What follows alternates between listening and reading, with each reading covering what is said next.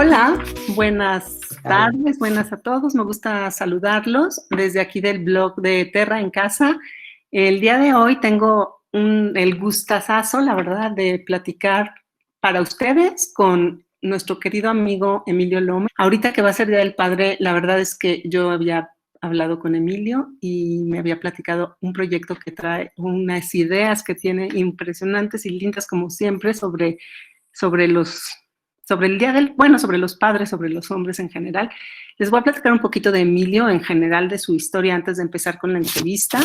Emilio pues es licenciado en Lengua y Literatura Hispánica de la Facultad de Filosofía y Letras de la UNAM. Hizo también un diplomado en Literatura Infantil y Filosofía para Niños. Estudió su especialidad en Pedagogía Teatral en el Instituto Nacional de Bellas Artes. Es escritor, conferencista, narrador de historias. Trabaja con niños desde 1998 para niños y niñas en primera infancia. Él se define desde hace muchos años, desde siempre yo me imagino, Emilio, como niñólogo y defensor de los cuentos como medios de curación.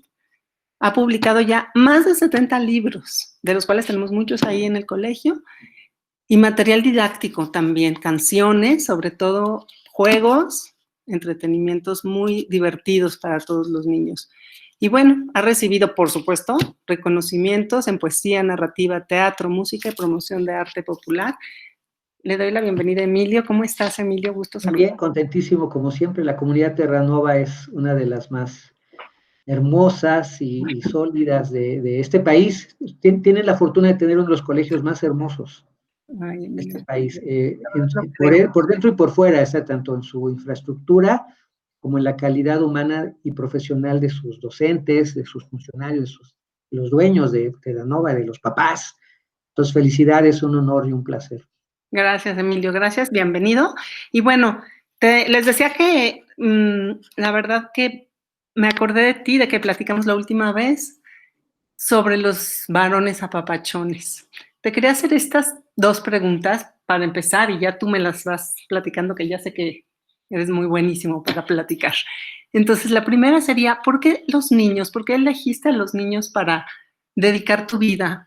Porque en realidad es lo que haces, les dedicas tu vida a ellos. Y bueno, para empezar, empecemos con esa y después pasamos a los varones apapachones. Sí, muy bien. Bueno, hace años la Jornada, el periódico La Jornada me entrevistó como compositor de canción para niños y salió algo como sale cuando estás en la charla espontánea, que en realidad yo escribía para el niño Emilio. Yo me dedico a lo mismo que hago desde la infancia, que es imaginar. Yo no fui lector tanto de libros, bueno, fui lector de libros cuando pude hacerlo, pero en realidad desde niño empecé a leer con historietas, ¿no? En mi biografía lectora está el Calimán, Archie, la familia Burrón. Entonces yo era un devorador de textos, lo que ahora se llama el cómic. Y sigo haciendo lo mismo.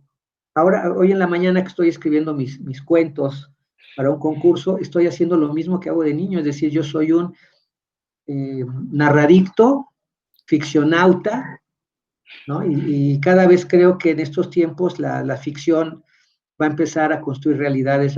Necesitamos mucho de las ficciones, del poder creativo de la ficción para construir realidades. Entonces el niño Emilio siempre buscó satisfacer eso que llamaba André Breton, el fundador del surrealismo, decía, solo lo maravilloso es hermoso. Yo soy adicto a lo maravilloso. Soy adicto, lo he perseguido y lo he encontrado. Mi libro de Fábulas Mágicas de las Tierras Mayas, lo decía ayer a niños de una primaria de San Luis Potosí, pues es el libro de la selva, el libro de las tierras vírgenes de Kipling, que leí de niño y que seguí buscando hasta que pude concretizar.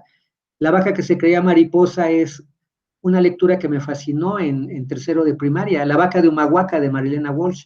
Entonces, he seguido buscando mis narradicciones y eso permite que el niño que fui siga habitando. Ahora, como niñólogo, así me bautizó una pedagoga argentina, mi estimada y admirada Paula Rodríguez, autora de Toc Toc. Ella me dijo que yo era un niñólogo. Yo no sabía que ese título lo tenía Tonucci, por ejemplo, ¿no? El admirado Tonucci.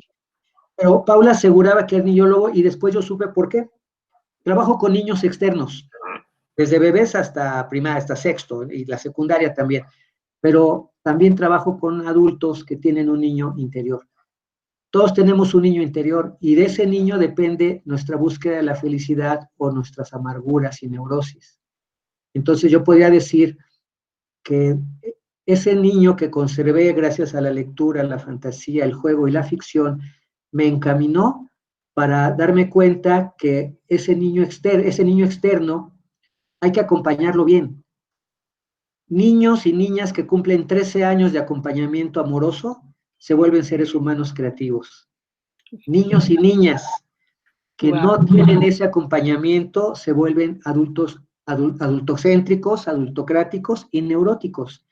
De tal manera que la infancia sí es destino, y yo creo que mi niño interior, el niño Emilio, como el principito, al aviador en la historia de Saint-Exupéry, me ha acompañado para poder entender que las ciudadanías de México y del mundo dependen mucho de los niños externos sanos y de los niños internos, de los adultos, que al volver a su niño un niño mágico y no un niño herido, pueden ser creadores de realidades mucho más empáticas, creativas, críticas y amorosas.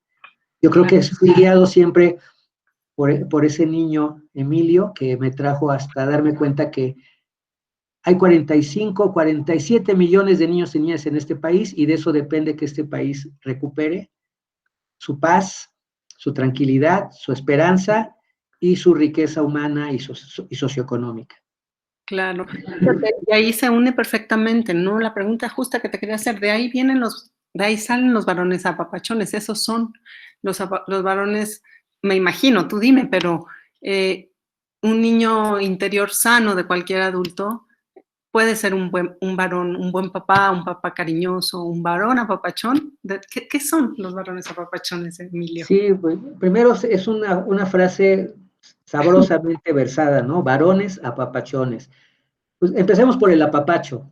Claro. Fíjate que estoy en un proyecto que se llama Arte que Apapacha, con el Centro Cultural Helénico de la Ciudad de México, que es hecho por una gran directora de teatro, y que ella trabaja arte sanador con gente pues, de mucho dolor, ¿no? Con la gente que busca, por ejemplo, antier nos dio una entrevista a la gente que está buscando a sus familiares desaparecidos en el estado de Guerrero.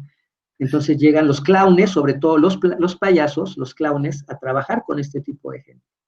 Los pintores.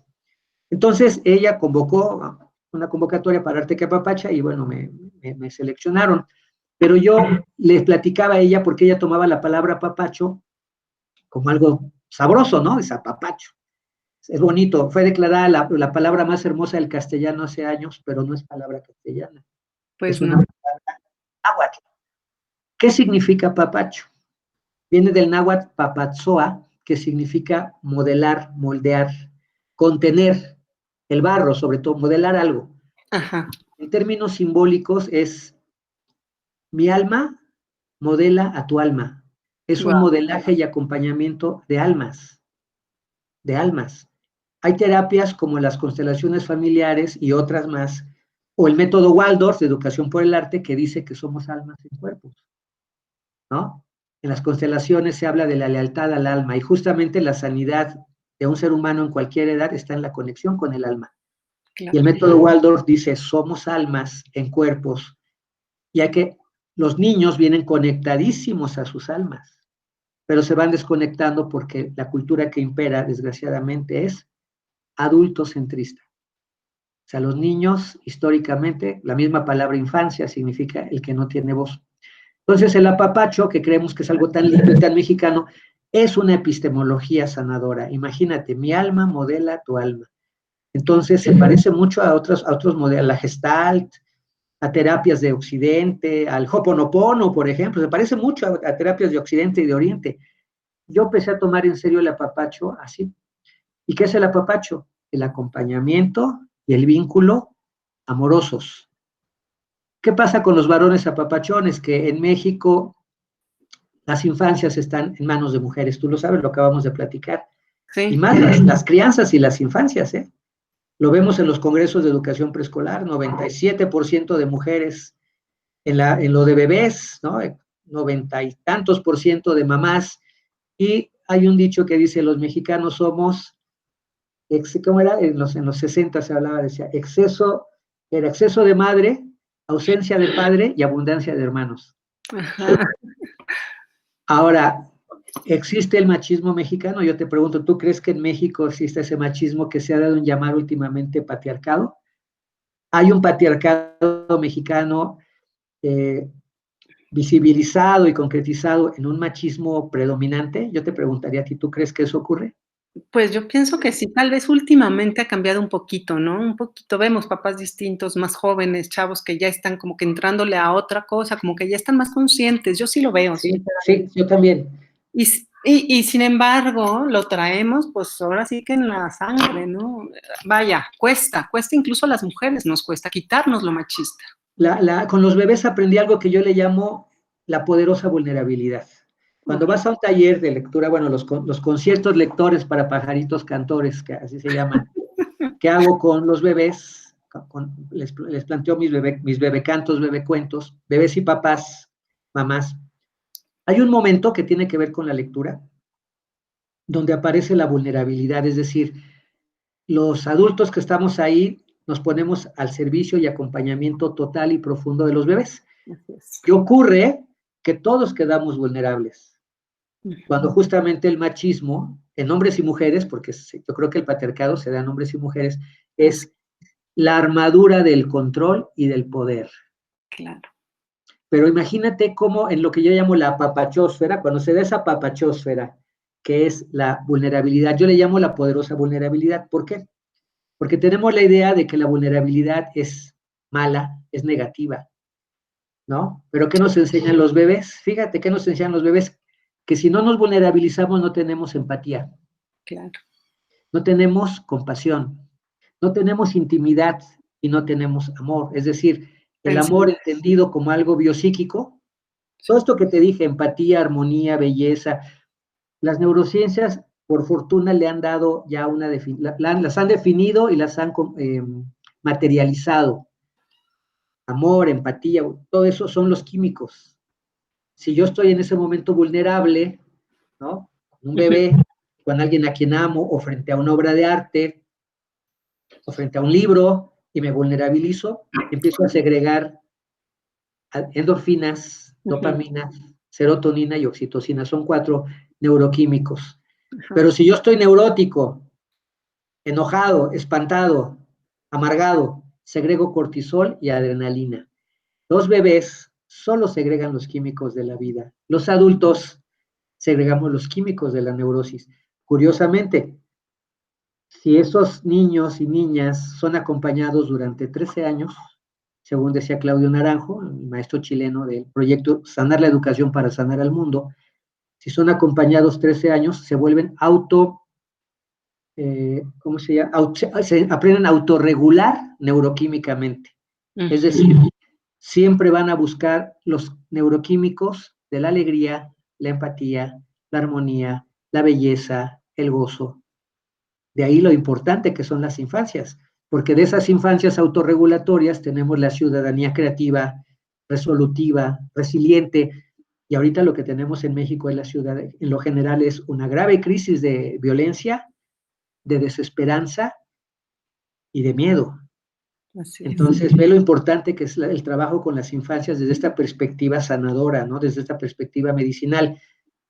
No hay nada más medicinal en un formato cotidiano, peatonal, que el arte, que la lectura, la imaginación, todo lo que lleva el arte, imaginación, belleza, ¿no? Relación con lo otro. Yo creo que eso es lo importante. Y el varón apapachón justamente es aquel que se autorregula para acompañar en la didáctica de la autorregulación hacia la vida a niñas y niños. ¿Por qué? Porque el machismo es justamente el padre violento o el padre ausente. Y la mejor metáfora, pues es un libro mexicanísimo, Pedro Páramo. Vine a Comala a buscar a mi padre, un tal Pedro Páramo, y siempre está lleno de orfandades, de dolores. El padre es el que no está o el que causa dolor, no el que causa amor, no el que encamina hacia el amor. Exacto, y ahorita que estuvimos, o que estamos todavía algunos, y creo que vamos a estar todavía por un tiempo más o menos en este encierro, en esta cuarentena, estuve pensando, los papás han estado obligados a estar, los papás ausentes, de alguna manera, se han tenido que quedar, bueno, no todos, pero algunos sí, yo creo, estoy segura que se han tenido que quedar, y se van a tener que seguir quedando en casa, y a lo mejor se están enfrentando a esta situación de tener que convivir y a lo mejor de que tener que apapachar o de atender a sus hijos, ¿no? ¿Crees que sea, crees que tenemos esperanza así como de que esta sociedad violenta, de que todo esto que está moviendo tanto al mundo entero, porque no creo que sea solo México, pero eh, ¿crees que sí vamos por el camino, Emilio, de conseguir que los varones cambien, que las mujeres también cambiemos, que hagamos a un lado el machismo, que seamos buenos adultos, Mira, acompañantes de niños felices? Claudio Naranjo murió el año pasado, gran maestro, discípulo de Fritz Perls y creador de estos proyectos maravillosos del tricerebrado amoroso, le llamaba él, desde las neurociencias. Tiene un libro que se llama La agonía del patriarcado, y él le llama al patriarcado el protoproblema de Occidente. Y de hecho, tiene un referente literario. ¿Sabes dónde dice él que nació el patriarcado? En un libro nodal de la literatura. En la Ilíada, en la toma de Troya. Él dice que llegan los griegos y dice, ¿por qué nos caía tan bien Héctor, el troyano? Porque él defendía a su madre, a sus hermanos, a su esposa. Él sabía lo que le iba a pasar con la devastación que traían los griegos, los aqueos. Los aqueos que generaban los saqueos, ¿no? Sí, Curiosamente. en todos sentidos. En todos sentidos. Entonces, él dice que ahí nació justamente una tendencia a la sumisión de las mujeres y de lo femenino. Es curioso, si tú te fijas, Aquiles, la Ilíada empieza justo con un pleito por una mujer, entre Agamenón y Aquiles, y Agamenón, el monarca patriarcal, le quita al caudillo patriarcal Aquiles por la fuerza a una mujer que era esclava. Todas las mujeres de los griegos en la Ilíada y en la Odisea, bueno, sobre todo en la Ilíada, son esclavas. Entonces, lo que es la mujer y lo femenino son juzgados a un patrón patriarcal que tiene que ver con la fuerza bruta, la imposición, las espadas, los saqueos, ¿no? Y la codicia de todo, de recursos. Entonces, Claudio Naranjo dice, un sistema patriarcal, él le llama el protoproblema de Occidente, dice que en el patriarcado está la devastación de los bosques, de los ríos, de la tierra en general. Entonces dice, un sistema que es enemigo de las mujeres también es enemigo de los niños. Y yo diría, es enemigo de la vulnerabilidad. ¿Cómo nos cuesta a los varones manifestar nuestras emociones, nuestra ternura, nuestras lágrimas, ¿no? Ese es el patriarcado. El varón apapachón sabe ejercer la poderosa vulnerabilidad porque sabe que desde ahí puede sentir en todo su ser el gran amor hacia sus hijos y de sus hijos hacia él, ¿no? Y ese amor es algo biopsíquico, no es algo que está en la cabeza, está aquí en nuestra piel, como es una experiencia estética, el amor es una experiencia estética. Y es maravilloso cuando nuestros hijos nos quieren, nos aman, acompañarlos en sus crianzas, cargarlos, olerlos, jugar con ellos. Entonces, el varón apapachón se permite la vulnerabilidad de la empatía y del amor. ¿Qué les dirías? ¿Qué les dirías a los papás de México, del Terranova, de México y del Terranova? Bien, pues la poesía, una experiencia muy hermosa que he tenido con varones, o sea, tal vez ustedes las mujeres no lo sepan tanto, o sea, porque realmente nos hemos dividido. Cuando estamos entre varones, la relación emocional no es tan sencilla, generalmente tendemos a ser bruscos. Está bien, tal vez tenga que ver con una naturaleza instintiva, pero cuando he llevado la poesía a grupos de varones, cuando les leo poemas, ¿no? Vinculados con sus hijos, por ejemplo, no lo tengo a la mano ahorita por la cuarentena, pero les leo poemas y textos como Mi papá de Anthony Brown. Ah, qué lindo. Papá se fue de casa. ¿No? Hay otro de Anthony Brown que ayer no estaba, después no me acuerdo el título, pero que habla, es uno de los textos de Gorila. Sí, Cuando, sí. Uno que les encanta a los papás que tienen nenas, ¿no? Los papás con hijas. El de ¿En dónde está mi tesoro? ¿Lo conoces? ¿De Anthony Brown también? No, es de, no me acuerdo, pero no conozco, es un librito de Alfaguara, sí. Es una maravilla del papá pirata, el pirata Brutus, Sí. que busca su tesoro, Bueno. y al final su tesoro es su nena.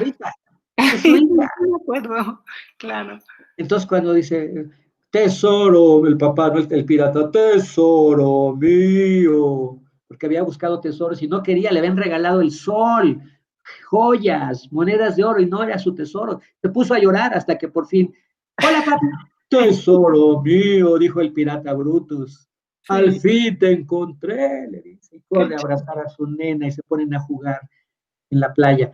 Entonces, en ese momento, la armadura del guerrero patriarcal se deshace a golpe de emociones, claro. Y aparece el varón apapachón que tiene en su corazón la poderosa vulnerabilidad que nos hace varones, nos hace masculinos, pero la hombría está en el corazón. Aquí está la masculinidad, según Claudio Naranjo, en la cabeza, pero la hombría está aquí. Y esta hombría es la responsabilidad afectiva de acompañamiento para nuestros hijos y para todo, para la relación con el mundo.